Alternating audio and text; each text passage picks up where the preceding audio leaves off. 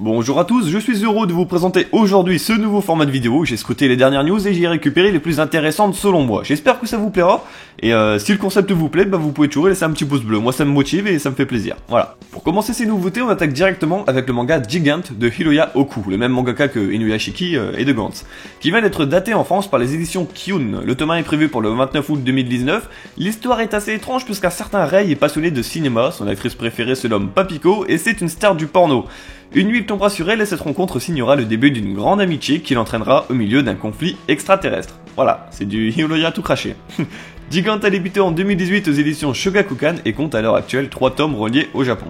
Toujours dans la catégorie manga, on a appris par le biais de l'éditeur Shueisha la production d'une nouvelle histoire courte de Death Note. Très peu d'infos pour le moment, tout ce qu'on sait c'est qu'il sera dessiné et scénarisé par Takeshi Obata, le mangaka de Death Note lui-même.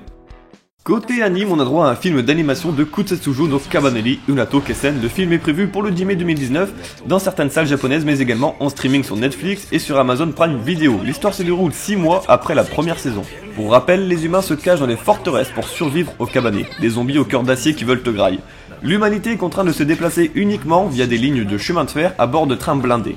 Dans le film, Ikoma, Mumei et le reste de l'équipe font la rencontre du mystérieux Kageyuki qui est devenu un Kabaneri il y a 5 ans en défendant Unato.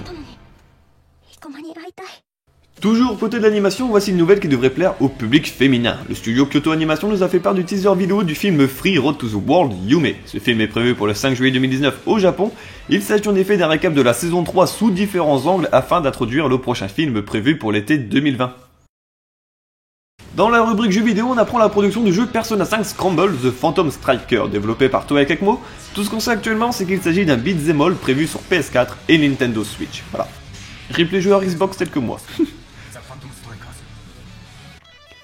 A côté de ça, je trouvais drôle de vous dire que Goku GT fait son arrivée dans Dragon Ball Fighter Z. Il débarquera le 9 mai 2019 en DLC et sera inclus dans le Fighter Z Pass 2.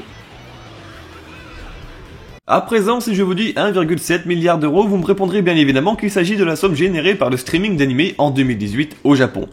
The Animation Business Journal estime que le streaming légal a généré 220 milliards de yens, soit 1,7 milliard d'euros de chiffre d'affaires au Japon. Soit une augmentation de 19% par rapport à 2017 et d'après leurs prévisions, d'ici 2023, la valeur du marché sera de 295 milliards de yens, soit une somme environnant les 2,3 milliards d'euros. Évidemment, tous ces chiffres ne comprennent pas le streaming illégal. Imaginez simplement comment on pourrait gonfler ce chiffre d'affaires s'il était compris dedans. Pour la dernière catégorie, je n'ai rien d'autre à ajouter, sauf peut-être de profiter pleinement du début de la saison 3 de SNK qui arrive déjà à mettre tout le monde d'accord. Sur ce les amis, on se dit à la semaine prochaine pour un prochain épisode. Enfin, normalement quoi.